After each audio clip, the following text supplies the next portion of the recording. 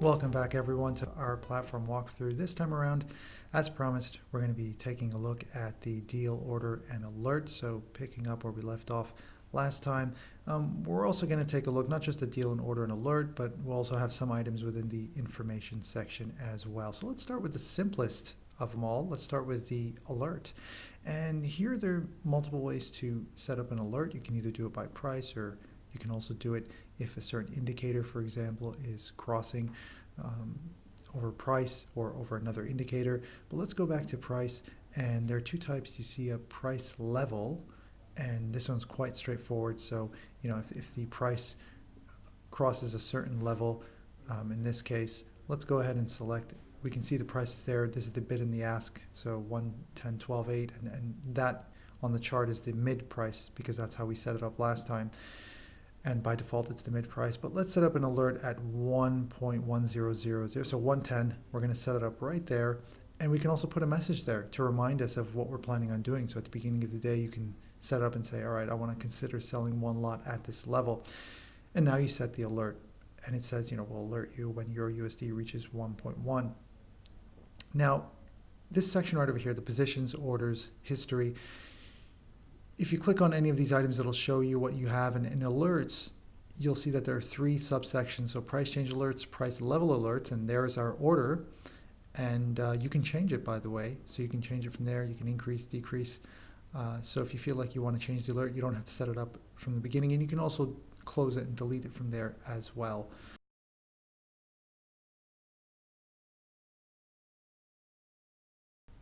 Let's go and take a look at the other type of change, and that's price change. So what if price changes by a certain percent?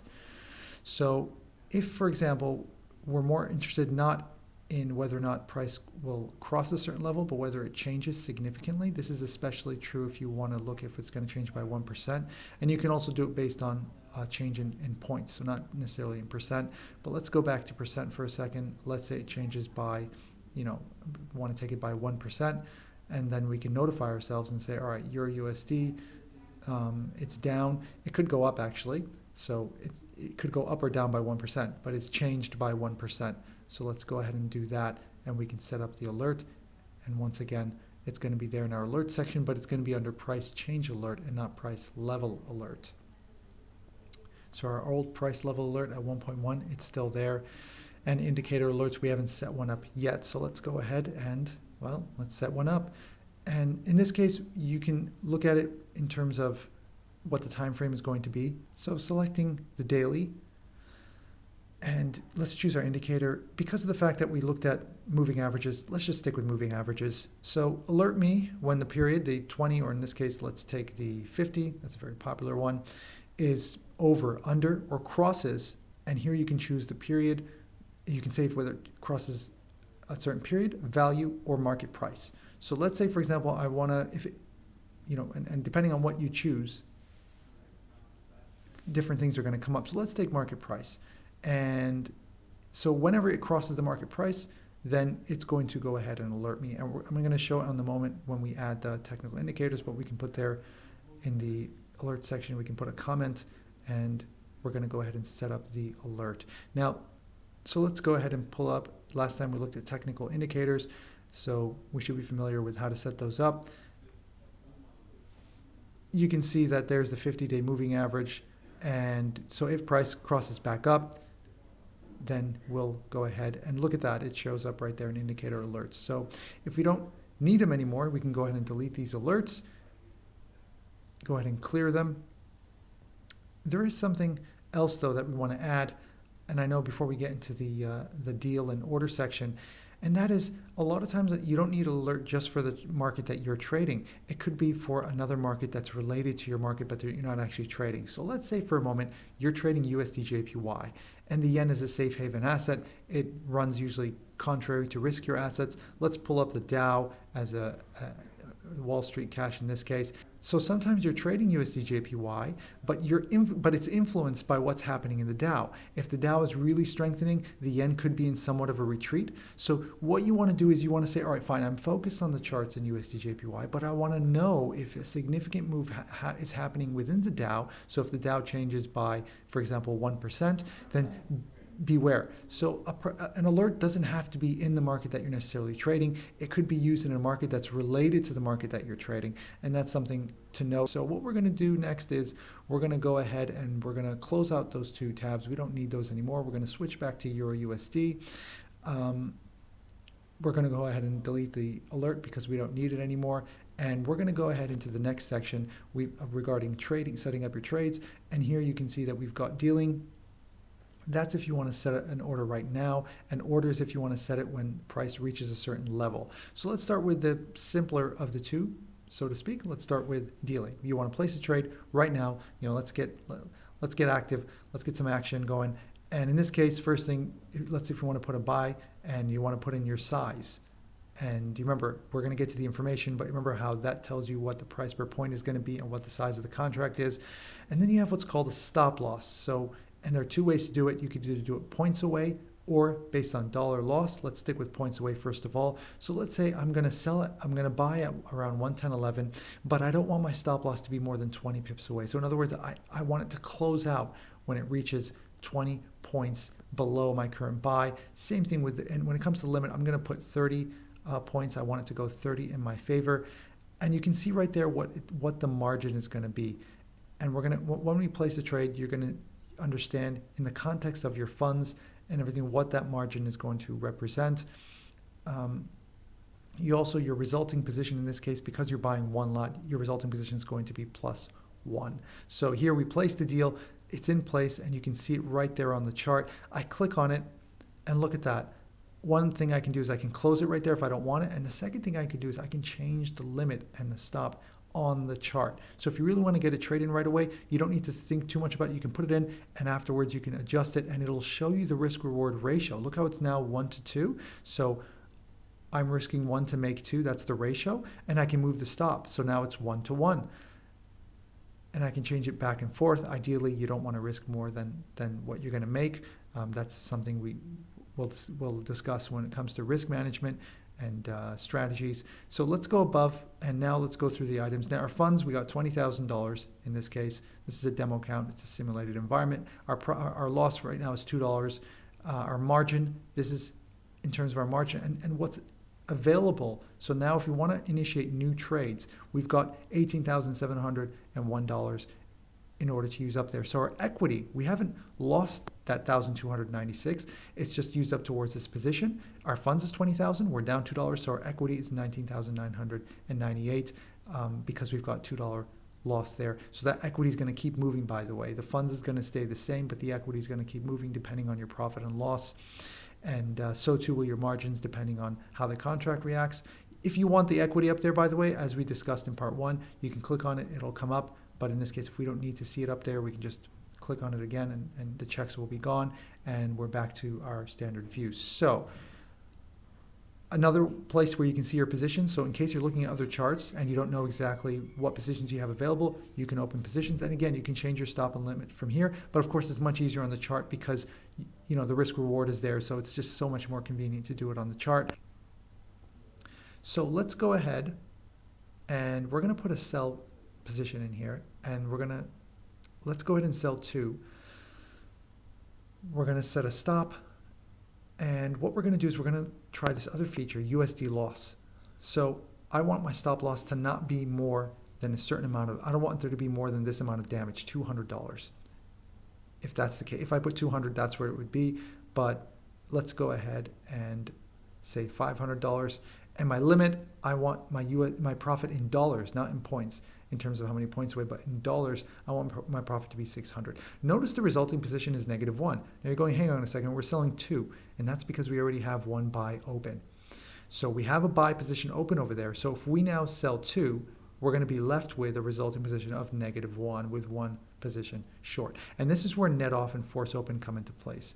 So we're going to do 2 examples, one where we got net off, and one where we're going to have it with force open. We're going to place the deal with net off. And what happened is, because we had one buy position, we then initiated 2 sell positions. One sell position closed the buy position, net off, they netted off, and now we end up with one sell position. So you're saying, I put an order in for 2 sells. Yes, but you had one buy position open. So one of those sell positions got canceled with a buy, and this is what we're left with. We now have the resulting position is -1. We have one lot as a sell position. Now, what if you say, well, hold on a second, I don't want that. Now, in settings, by the way, the default is net off. But you could select force open if you want the default. We're going to keep it net off, but you could make it force open, and it explains there what net off is. Trades will attempt to close any opposing positions before a new position, whereas in force open, trades will always open new positions, because sometimes you guys will say, no, I want to open a long, I want to open a buy and a sell, and I want to keep both open. I don't want them to cancel each other out. That's fine. Then what you need to do is you need to select force open. So let's give an example. We now have a short position in the market. Let's buy, and we're going to go ahead and buy one lot, and we're going to put a stop. Well, let's not put anything. Let's just go quickly in, and now we initiated a buy. So now we've got two contracts. See the +1 and the -1? We have a buy and a sell open at the same time, and that's because we selected force open. So if you want to keep both open, you have to have force open, and you have to go to settings and make the default force open if you always want that. Otherwise, they're going to net each other out. So let's go ahead right now. Let's close these positions. Let's go ahead and close those positions, and now we're going to look at one click. So what exactly is one click? Well, you can see now that when I want to buy or sell, I have to go to the deal and initiate the buy and the sell.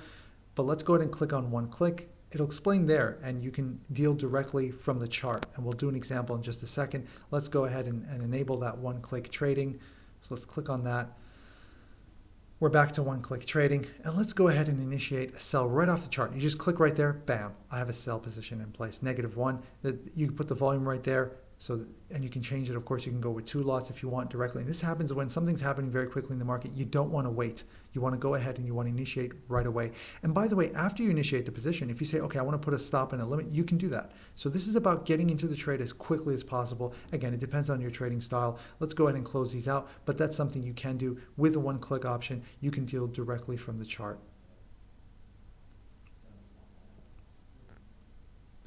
Now, let's talk about other stops. What we had before was a normal stop, a stop loss, but what we can also put is a guaranteed stop loss. How does this work? A lot of times the market will jump, and because you've got significant news like U.S. non-farm payroll, or you got a European Central Bank announcement regarding this currency pair. So now we're going to put a guaranteed stop of 20 pips. Last time we had a normal stop of 20. This time we're going to put a guaranteed stop of 20. And what that means is when this market makes this jump, above or below, in this case, because it's a stop loss to the downside, but when it makes a move downwards, sometimes the market can gap, and it'll jump past your stop of 109, 92. So it'll jump past it, and you won't be able to get that stop price. You'll get stopped out at a lower or worse price, and that means you end up losing more. So sometimes you say, well, I don't want to take on that additional risk. I want to guarantee that I'm going to get stopped out at that level if price goes against me. And of course, you can move it accordingly.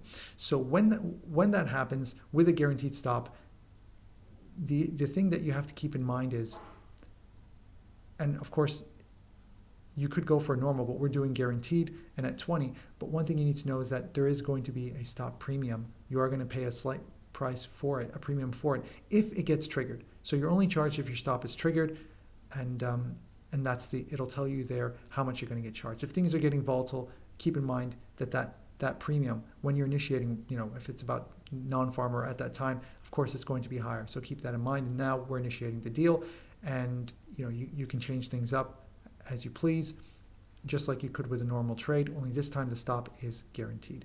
Up next, let's take a look at a trailing stop.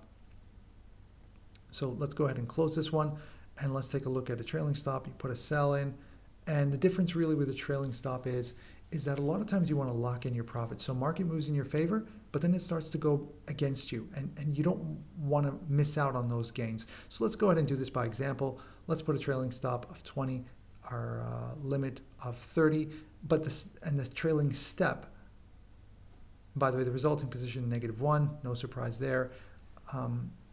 But so when market is going down, because it's a sell position, when it's going in your favor, a lot of times you don't want to miss out if it's going to go back up. You want to lock in that profit.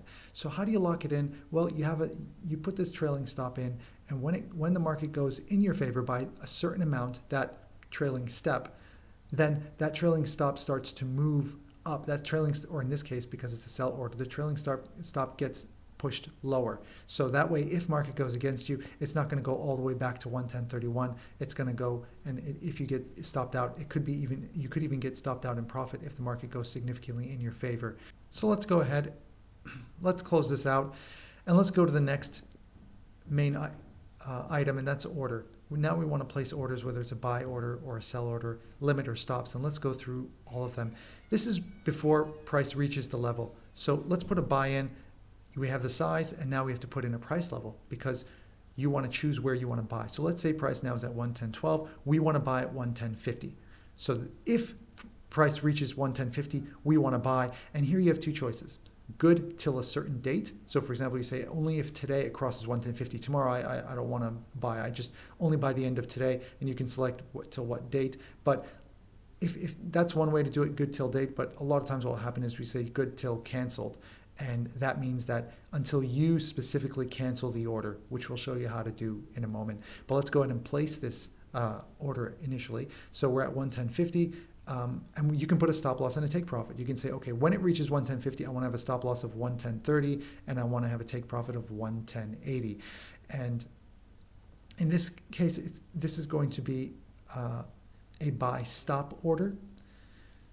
If it's below market price and it's a buy order, it's going to be a buy limit.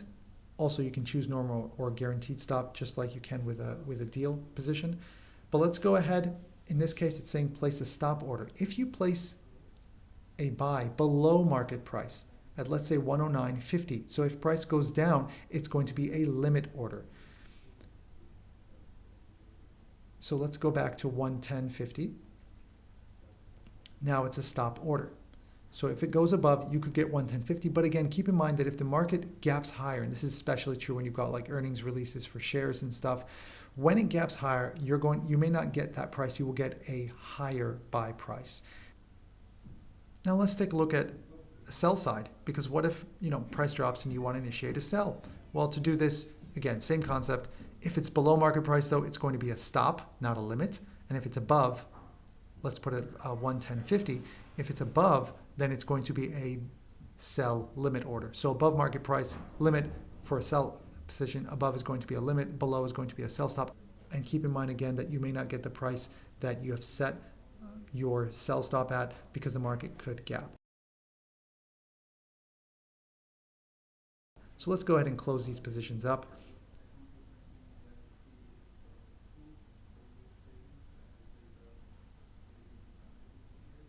And what I'm going to do is we're going to place an order. And what if you want to remove those orders? This is especially true at the end of the day. You might want to do is make sure you don't have any orders there. I've seen this happen a lot with traders who, they put on these orders and then end of the day, check your positions, make it a habit, check your positions, check your orders. If you have any open orders and you don't want them there, it's best to close it. You don't want to wake up the next day and something's happened and your order is stuck. It's not a pretty sight when especially if the market's going against you and and also check your alerts, clear out your alerts. So that's deal, that's order, that's alert. Lastly, there's information. And you remember how we talked about margin requirements and things like that? This is where you'll find it. So for every product, you'll find your margin requirements here from, like in the case of Euro USD, 0 to not 11.5 actually, but to 115. The deposit factor is 2%, so 1 to 50. Margins could be reduced, and it does discuss that, whether when you don't have a stop or if you have a stop, or if you put a guaranteed stop, the margins are going to be different. So it is going to be less if you put a stop loss. Keep that in mind. So if you're initiating right away, yeah, your margins are going to be higher, but when you put a stop or a guaranteed stop, those numbers will come down. Okay, so that's it. Up next, we're going to talk about the dashboard My IG. Stay tuned for that from all of us here at IG. Thank you so much for watching.